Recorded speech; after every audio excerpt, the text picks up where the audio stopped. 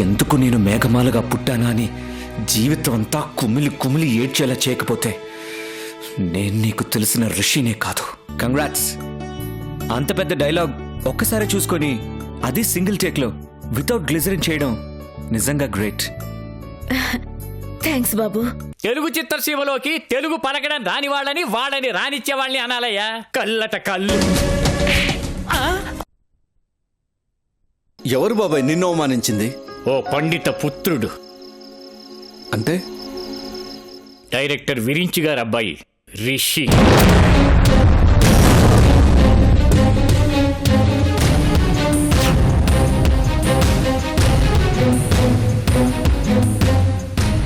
రిషి బాబా నీ జోలికి ఎందుకు వచ్చాడు?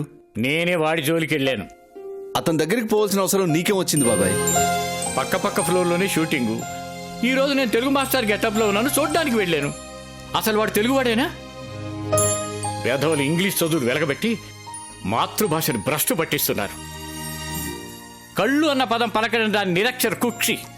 కల్లుట కళ్ళు, వాడి నాలిక కోచయ్యా.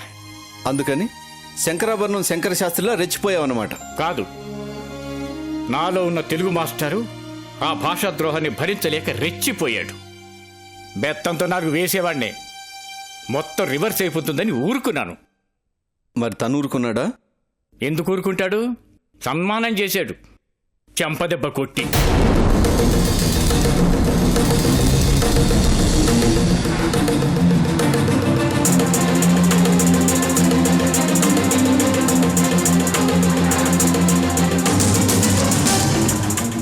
చెంపదెబ్బ కొట్టాడా? కొట్టే ఉంటాడు. అలా కాకుండా చేసిన తప్పు ఒప్పుకుంటే ఆశ్చర్యపోవాలి. వాడికి ఒళ్ళంతా అహంకారమే. నాకు తెలుసు, రాక్షసుడైపోయి ఉంటాడు. ఏంటమ్మా నీకు అంత ఆవేశం వచ్చింది? నిన్ను కూడా ఏమన్నా అన్నాడా? ఇప్పుడేమీ అనలేదు, కానీ వాడి గురించి నాకు తెలీదా మావయ్య? చిన్నప్పుడు నన్ను నడి రోడ్డు మీద వదిలి వెళ్ళిపోయినవాడు. ఇప్పటికీ అదే పొగరు కూడా కాదు, కొవ్వు. బాగా చెప్పావమ్మా. ఇప్పుడు వచ్చే తెలుగు సినిమా టైటిల్స్ అన్ని వాడికి సరిపోతాయి. బలుపు, పొగరు, కంత్రి, దేశముదురు, ఇవన్నీ వాడి సినిమాలకు సరిగ్గా సరిపోతాయమ్మా. ఎద్దులా ఉన్నా ముద్దుగానే ఉన్నాడు అనుకున్నానమ్మా. ముద్దులాగా మోటుగా చెంప వాయించేశాడమ్మా. కనీసం వయసులో పెద్దవాడని కూడా చూడకుండా చేయి చేసుకున్నాడా?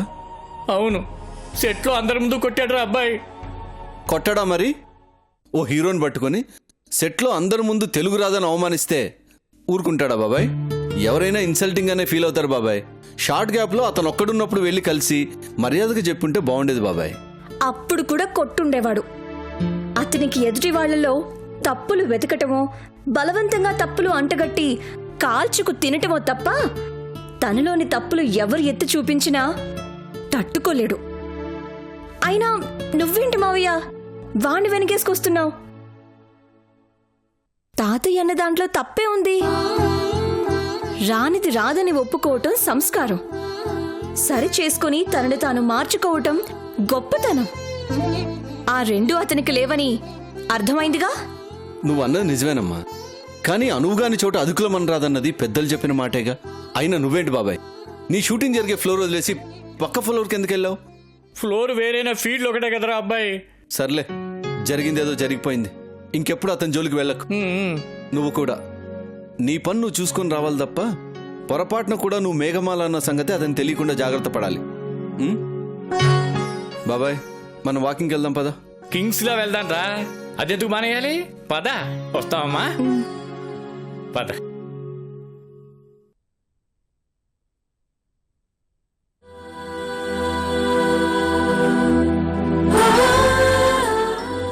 అదే జరిగిందని తెలిస్తే నువ్వెంత కంగారు పడతావో, ఎంత భయపడతావో. అందుకే నీతో చెప్పలేకపోతున్నాను మావయ్య.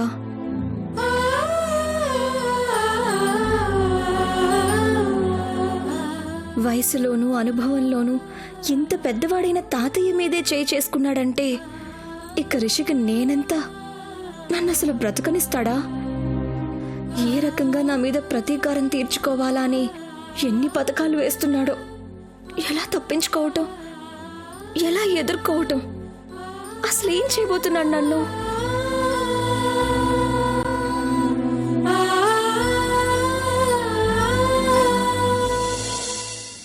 చైత్ర, చైత్ర, చైత్ర, చైత్ర.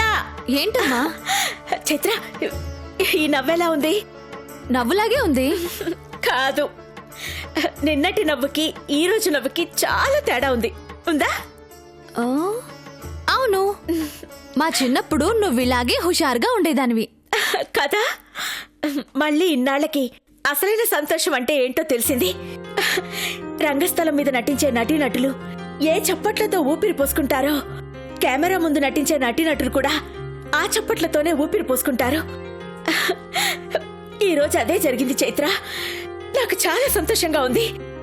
మీ అమ్మ ఇంతకాలం అయినా నటన మర్చిపోలేదు, జ్ఞాపక శక్తి పోలేదు. Page dialogue without prompting, single take. Well done mummy. పిల్లల్ని పేరెంట్స్ అభినందించడం సహజంగా జరుగుతుంది, కానీ ఇలా తల్లిని కూతురు అభినందించే అవకాశం చాలా తక్కువ మంది పిల్లలకు వస్తుంది. మిగతా విషయాల్లో నువ్వు నాకు నచ్చకపోయినా నటిగా నువ్వంటే నాకు చాలా ఇష్టం. I'm so happy Chaitra, so happy. అతను ఎలా ఉన్నాడు? ఎవరు? ఆయన గారి కొడుకు. ఇప్పుడు నా కొడుకు. మేకప్ వేసుకున్నప్పటి నుంచి తుడిచేదాకా నీ కొడుకే గాని నీతో ఎలా ఉన్నాడు? సెట్లోకి వెళ్ళగానే పలకరించాడు. ఏమని? ఏదో ఒకట్లే, హ్యాపీగా హార్ట్ఫుల్ గా రిసీవ్ చేసుకున్నాడు. చాలదా? ఇంకా ట్రీట్మెంట్ ఎలా ఉంది? ప్రొడ్యూసర్ లక్ష్మీనారాయణ గారు కదా, నేను హీరోయిన్ గా చేసినప్పుడు ఎలా చూసుకున్నారో ఇప్పుడు అలాగే చూసుకున్నారు. రిషి ఏమని పిలిచాడు? అమ్మానే పిలిచాడు. అది నటన. విడిగా ఏమని పిలిచాడు? గుర్తులేదు. మిగతా వాళ్లతో అతని ప్రవర్తన ఎలా ఉంది? ఎందుకు ఇవన్నీ అడుగుతున్నావు? నేను సంతోషంగా ఉన్నాను, అది చాలదా? చాలదు. ఇవాల్టికి ఆ పాత్రకి నువ్వు సరిపోతావు కాబట్టి తీసుకున్నాడు. కానీ ఆ రక్తం పంచుకు పుట్టినవాడే కదా, ముందు ముందు ఎలా ఉండబోతున్నాడో. ఈ రోజు సూర్యుడు ఎటు ఉదయిస్తాడో రేపు అటే ఉదయిస్తాడు. అయితే ఆ సూర్యుడు ఎవరి మీద మండిపడలేదా?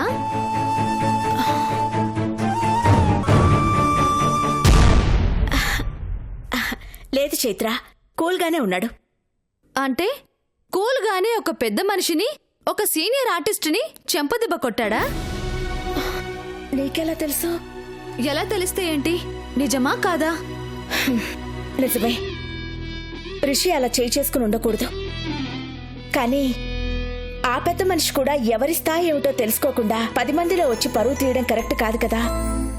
ఓహో, అప్పుడే అతన్ని సమర్థించడం కూడా మొదలుపెట్టావా?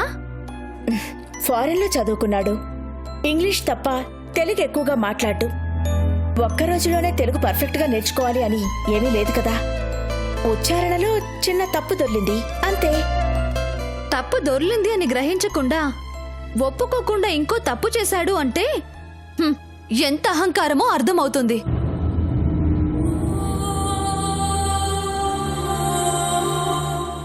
అయినా ఎక్కడికి పోతాయి ఆ బుద్ధులు? ఇలాంటిదేదో నీ విషయంలో జరుగుతుందనే భయంతో మీ అసిస్టెంట్కి ఫోన్ చేశాను. అప్పుడే ఈ గొడవ జరిగిందని చెప్పాడు. అబ్బా కొడుకులిద్దరూ ఇండస్ట్రీని శాసించడానికే పుట్టిన మహాపురుషులు అనుకుంటున్నారు. చైత్ర, ఎవరి వ్యక్తిత్వం వాళ్ళది, ఎవరి పెంపకం వాళ్ళది. మనల్ని గౌరవించే వాళ్ళు ప్రపంచాన్నంతా గౌరవించాలన్న రూల్ ఎక్కడా లేదు. మనం చూడాల్సింది మనతో ఎలా ఉన్నారు అనే. కానీ నేననేది, ప్రపంచాన్నంతా గౌరవించలేనివాడు నిన్ను మాత్రం గౌరవిస్తాడనే గ్యారంటీ లేదు. నువ్వక్కడ ప్రొఫెషనల్ గానే ఉండాలి. అతన్ని ఆయన కొడుగ్గా చూడకుండా నీ కొడుగ్గా నటించే ఒక హీరోలా చూడాలి. అర్థమైందా? Yes madam. మా అమ్మకి అవమానం జరిగితే అది నాకు అవమానం జరిగినట్టే. అందుకే ఈ భయం. ఎనీవే మామ్, నువ్వు ఎన్నడూ లేనంత సంతోషంగా ఉన్నావు. నీకు సంతోషంగా ఉంది కాబట్టి నాకు సంతోషంగా ఉంది. Congrats.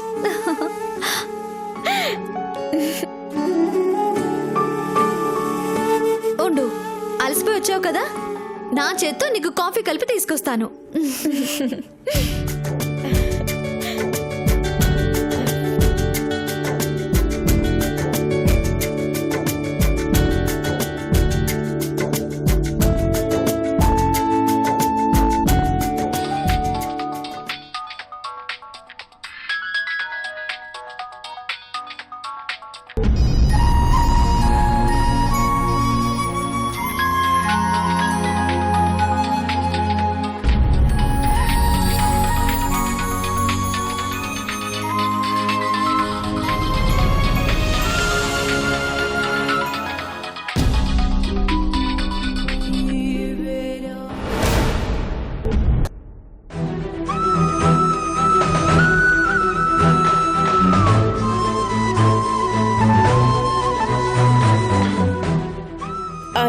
busy. I will call you later.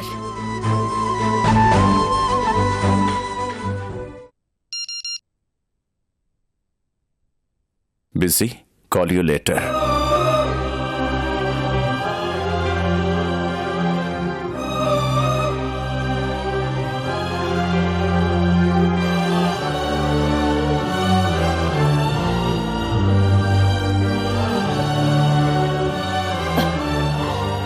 ఇన్ని సంవత్సరాల్లో ఇలాంటి మెసేజ్లు మీరెన్నో ఇచ్చుంటారు. మీరు కావాలనుకున్నప్పుడు తప్ప నేను బాధగా ఉన్న ఏనాడో నేను ఫోన్ చేస్తే మీరు ఎత్తలేదు. నాకు మొదటిసారి అవకాశం వచ్చింది. ఈ మెసేజ్ చూస్తే ఇన్నాళ్ళు నేను పడ్డ బాధ కొంతైనా అర్థమవుతుందేమో.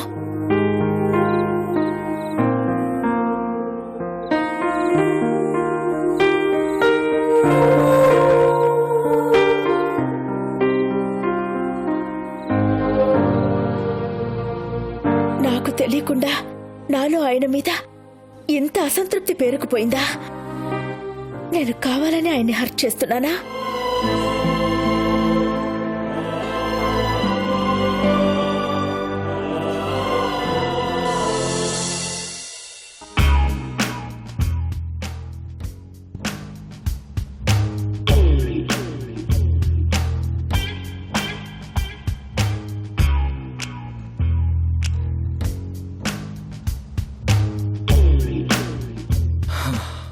ఒకసారి ఈ మూమెంట్ చేసి చూపిస్తావా Meghamala?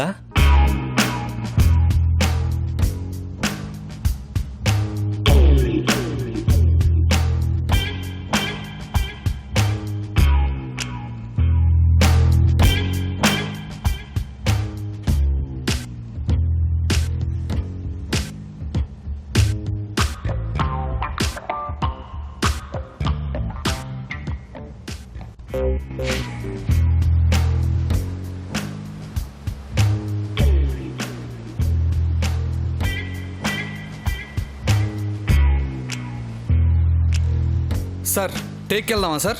Okay done. Okay camera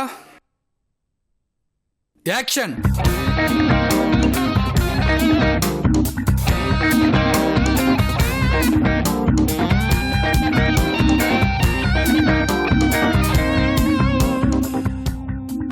okay cut it.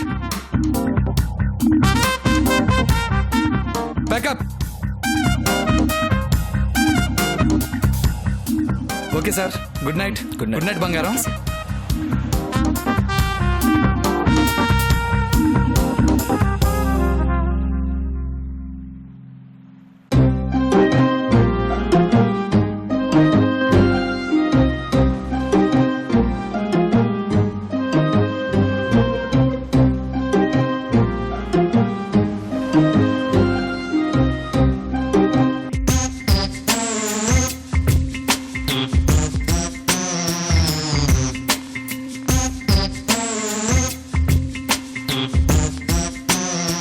ఏ బంగారం, ఈ చీకట్లో ఎక్కడికి? దయ్యాలుంటాయి. హ, నాకన్నా పెద్ద దయ్యం ఎక్కడుంటుంది? అది కరెక్టేలే.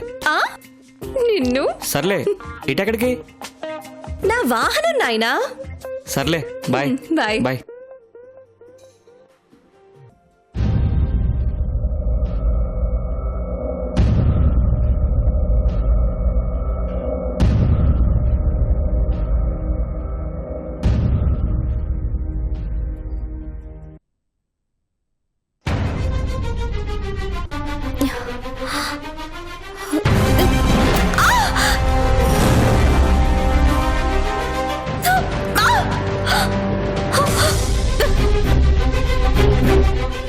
ఏయ్, ఎవరు?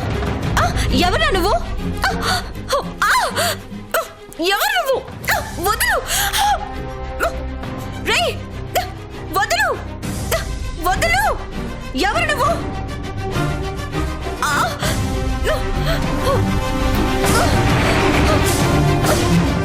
ఎవరా నువ్వు?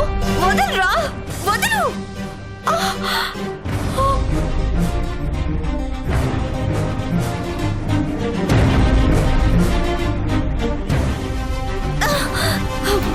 ఎవరా నువ్వు?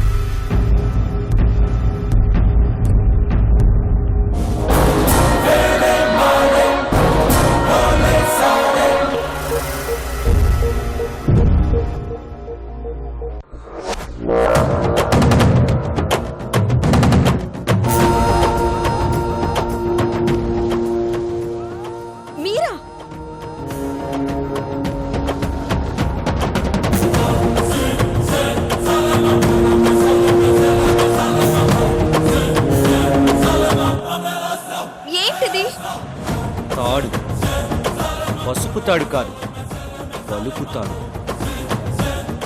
నన్నెందుకు కట్టేశారు? ఎందుకో కాసేపట్లో నీకే తెలుస్తుంది.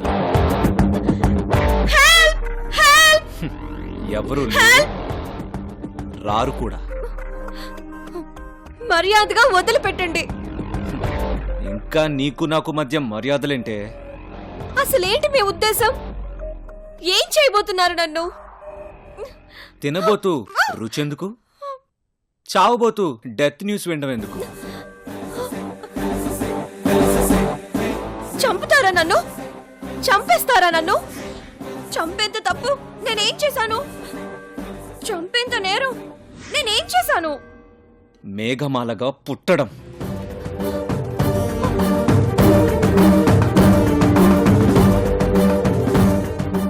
ఏయ్!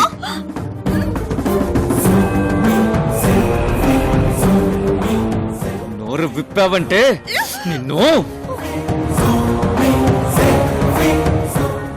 నన్ను చూసి నవ్వుతావా? 10 మంది ముందు దోషిలా నిలబెడతావా? మా అమ్మ నాన్న నన్ను దూరం చేసుకునేలా చేస్తావా? అప్పట్నుంచే, చిన్నప్పట్నుంచే నీ మీద నా కసి. నడి రోడ్డు మీద నిన్ను వదిలేసి వెళ్ళి చాలా పెద్ద తప్పు చేశాను. అయితే అంత పెద్ద తప్పెందుకు చేశానా అని ఇప్పటికీ బాధపడుతున్నాను.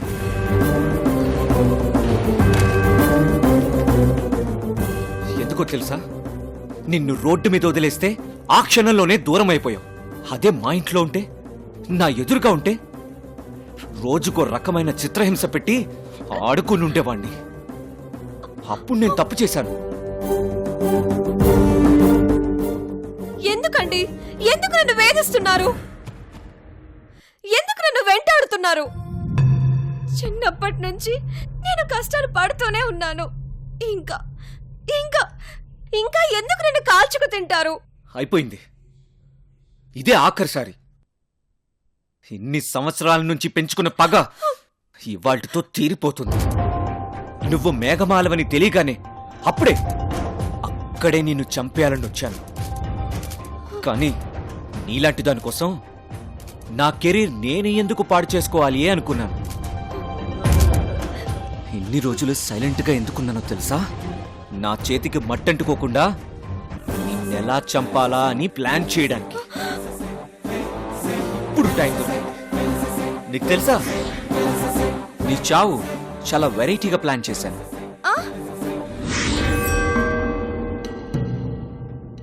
నీ నోరు శాశ్వతంగా మూసేబోతున్నాను. ఇవే నీ ఆఖరి మాటలు. ఆ తర్వాత మాట్లాడుకోవడం లేవు, చావడమే. నీ నోరు మూసే ముందు చివరిసారిగా ఓ అవకాశం ఇస్తున్నాను. సాటి కళాకారినివి కదా, ఆ సింపతితోనే అడుగుతున్నాను. ఆఖరి కోరిక అడిగినట్టు అడుగుతున్నావు. చెప్పు, ఏమైనా చెప్పదలుచుకుంటే చెప్పు. చెప్పు చెప్పు, స్పీక్ అవుట్. చెప్పు చెప్పు చెప్పు, speak out. I love you.